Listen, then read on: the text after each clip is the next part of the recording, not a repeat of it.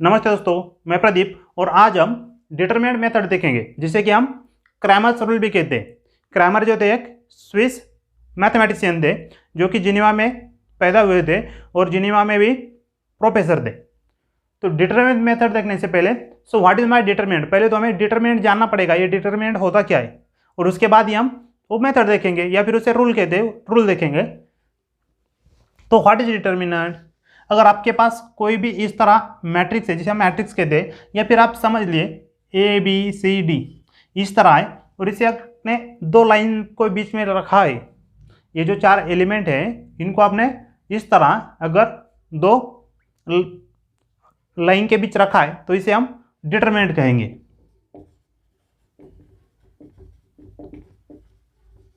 यहां पर समझने वाली बात ये जो ए बी है इसे हम रो कहते हैं, सी डी है इसे हम रो कहते हैं, मतलब इस तरह अगर हमने लिया तो इसे हम रो कहेंगे, और हमने इसे ए सी ऐसा लिया या फिर बी डी इस तरह लिया तो इसे हम क्या कहेंगे, कॉलम कहेंगे। इस रो को हम ए बी और सी डी, ये जो दो रो है इसको हम ऑर्डर पेयर में भी लिख सकते हैं। ए बी ये तो हुई फर्स्ट रो और दूसरी हुई C D are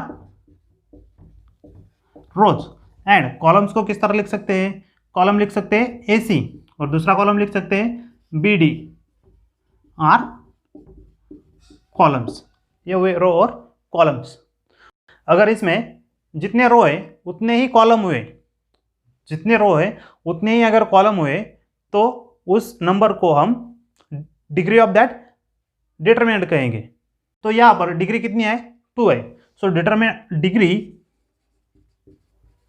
of this determinant is 2। ये जो डिटरमिनेंट है इसकी डिग्री कितनी हुई, 2 डिग्री, यानी कि जितने रो है उतने ही कॉलम हुए, उस नंबर को क्या कहेंगे हम, डिग्री। इसे डिफाइन करने का तरीका है ए बी सी डी, इसे हम डिफाइन करेंगे, ए को डी से मल्टीप्लाई करेंगे और इसमें से सब्ट्रैक्ट करेंगे बी इंटू ये वाला सी, तो ये हुआ हमारा determinant. It is the most important thing in this topic. ये जो है ये इंपॉर्टेंट है हमारे लिए। जो डिटरमिनेंट है उसे कैसे डिफाइन करेंगे, ए को डी से मल्टीप्लाई करेंगे और उसमें से सब्ट्रैक्ट क्या करेंगे, बी को सी से। आपके पास एग्जांपल है डिटरमिनेंट ऑफ 5 3 2 1, इसका आपको डिटरमिनेंट निकालना है तो किस तरह निकालेंगे, 5 का मल्टीप्लिकेशन बन जाएगा 1 से और 3 का मल्टीप्लिकेशन बन जाएगा 2 से, तो 5 इंटू 1 5 माइनस 3 इंटू 2 6, तो डिटरमिनेंट कितना बना 1। डिटरमिनेंट पॉजिटिव भी हो सकता है, निगेटिव भी हो सकता है। अब हम देखते हैं डिटरमिनेंट मेथड या फिर जिसे हम क्रैमर्स रूल कहते हैं, जिसे इंट्रोड्यूस किया था स्विस मैथमेटिशियन क्रैमर्स ने। तो आपके पास इक्वेशन है, first equation a1x plus b1y equal to c1 और सेकंड इक्वेशन है a2x प्लस a2y और सेकंड इक्वेशन है a2x plus b2y equal to c2। यहाँ पर जो है a1 a2 b1 b2 c1 c2 all are constant, ये सारे के सारे क्या है, कांस्टेंट है, और एक्स वाई क्या है, ये जो है ये वेरिएबल है। तो अगर आपको इन दो इक्वेशन को सॉल्व करना है और आपको इसमें से सॉल्यूशन निकालना है तो फर्स्ट आप क्या कहेंगे, इक्वेशन फर्स्ट को या इक्वेशन सेकंड को किसी नंबर से मल्टीप्लाई करेंगे और उनको ऐड या सब्ट्रैक्ट कर देंगे। सो हम क्या करते हैं, मल्टीप्लाई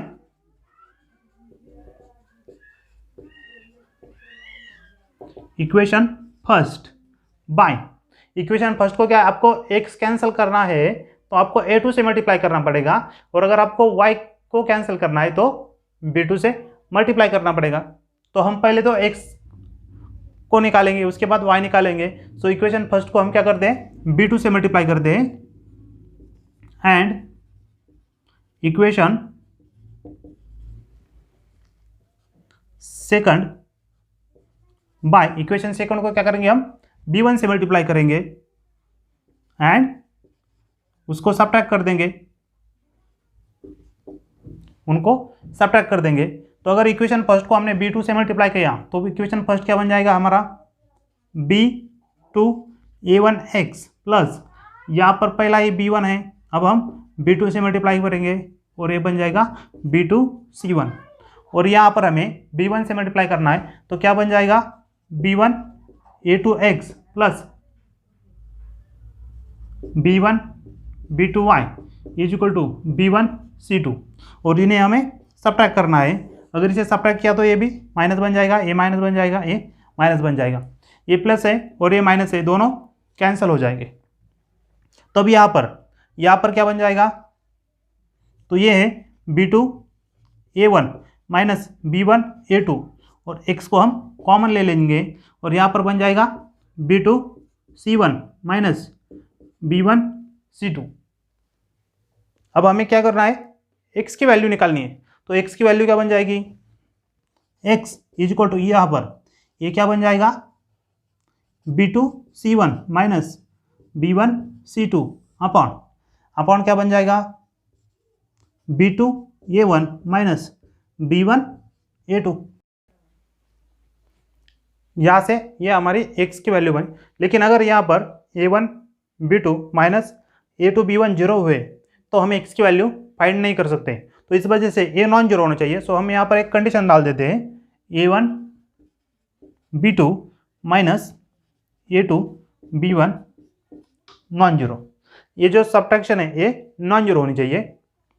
तो इसको हम डिटरमिनेंट में कैसे राइट कर सकते हैं, सो x इज इक्वल टू इसका डिटरमिनेंट क्या बन जाएगा, हम 1 को प्रायोरिटी देते हैं, सो हम c1 को यहाँ पर लिखेंगे और इसमें से जो है ये जो c का है इसको हम यहाँ पर c2 राइट करेंगे और b का जो है यहाँ से b जो बनता है इसको हम यहाँ पर राइट करेंगे और ये b यहाँ पर।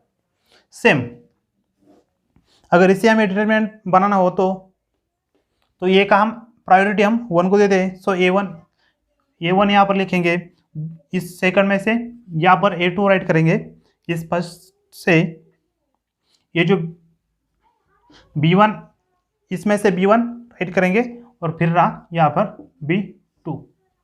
इस तरह आप डिटरमिनेंट लिख सकते हैं। तो ये तो हुआ x के लिए। सिमिलरली आप y के लिए भी डिटरमिनेंट सिमिलरली y के लिए क्या बन जाएगा डिटरमिनेंट, यहाँ पर देखिए। अब यहाँ पर क्या है, a1 a2 नहीं थे जब हमने x का लिया था, तो अब हम y का ले रहे हैं तो ऑब्वियसली b1 और b2 नहीं होने चाहिए, यहाँ पर हो जाएंगे a1 a2 और इस तरफ c1 c2 और नीचे वाला जो पार्ट है वो एज इट इज बन जाएगा a1 a2 b1 b2 और ये रहा हमारा सॉल्यूशन। चाहे तो आप इसे और नाम भी दे सकते हैं, यानी कि ये जो है इसे हम डी कहते हैं।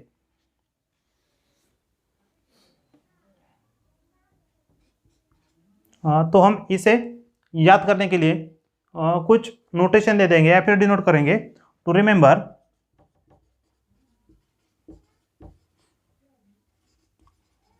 डिनोट क्या डिनोट करेंगे, डी को हम क्या डिनोट करेंगे, a1 a2 b1 b2, इसे हम डी डिनोट करेंगे।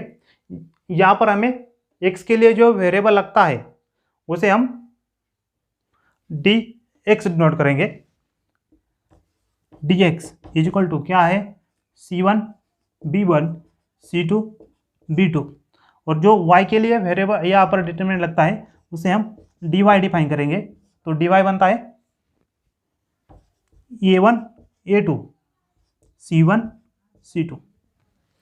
तो इनकी मदद से आप इन्हें लिख सकते हैं। कैसे, देखिए x है, x क्या है, इसे हमने राइट किया है D X upon D, Y को राइट करेंगे हम डी वाई अपॉन डी और ये हुआ हमारा सॉल्यूशन। तो चलिए अब इस डिटरमिनेंट फॉर्मूले को यूज करके हम प्रॉब्लम सॉल्व करते हैं। जो कि दिया गया है, हमें प्रॉब्लम दिया गया है, solve the following simultaneous equation using Cramer's rule. यहाँ पर बताया गया है आपको क्रैमर्स रूल को यूज करके सॉल्व करना है। तो सॉल्यूशन, फर्स्ट हम गिवन राइट करेंगे। गिवन जो इक्वेशन है आपको वो है 5x + 3y = -11 and second equation है 2x + 4y = -10। तो इससे हमें डिटरमिनेंट फर्स्ट डी, तो डी क्या हो जाएगा यहाँ पर, सो डी = 5 3 2 4, सो 5 × 4 -3 × 2, सो 5 × 4 20 -3 × 2 6, तो कितने हुए 20 - 6, ये बने 14। सो डी की वैल्यू क्या मिली हमें 14। उसके बाद हम निकालेंगे dx। dx क्या है, dx के लिए हम क्या करते हैं, जो भी x के वेरिएबल है उन्हें हम ड्रॉप कर देते या फिर कैंसिल कर देते और बचे हुए लेते हैं, लेकिन उसमें जो कांस्टेंट है उसे हम फर्स्ट राइट करते हैं। तो कांस्टेंट की वैल्यू कितनी है -11 -10। उसके बाद y के कोएफिशिएंट क्या है यहाँ पर 3, यहाँ पर 4, तो इसे राइट करेंगे हम -11 × 4 -3 × -10,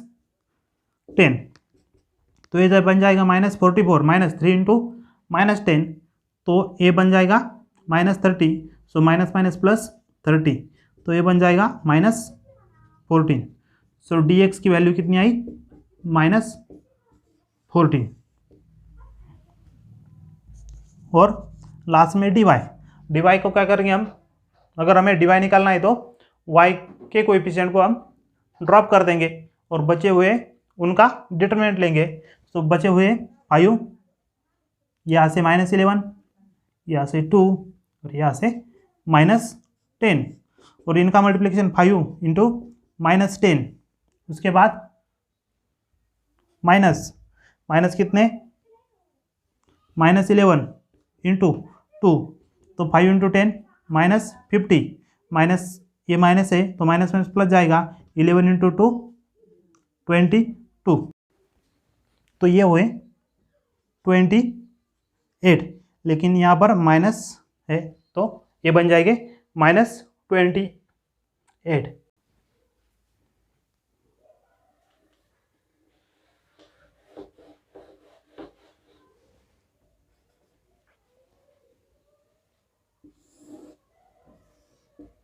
तो x की वैल्यू कितनी हुई dx/d। So what is dx is -14 upon d कितना है 14, सो इट इज -1। y कितना हुआ dy अपॉन d = dy की वैल्यू कितनी है -28 अपॉन d की वैल्यू कितनी है 14, सो इट इज -2। तो हमारा सॉल्यूशन क्या बना, सॉल्यूशन बना ऑर्डर पेयर xy = x की वैल्यू -1 और y की वैल्यू -2, ये हुआ हमारा सॉल्यूशन। तो इस तरह आप जो भी क्वेश्चन है, अगर आपको वहाँ पर लिखा हुआ है कि solve the simultaneous equation by using Cramer's rule या फिर डिटर्मिनेंट मेथड, तो आपको इसी मेथड से प्रॉब्लम सॉल्व करना पड़ेगा। ठीक है दोस्तों, तो अगले लेक्चर में हम देखते हैं practice set 1.3। Thank you for watching this video.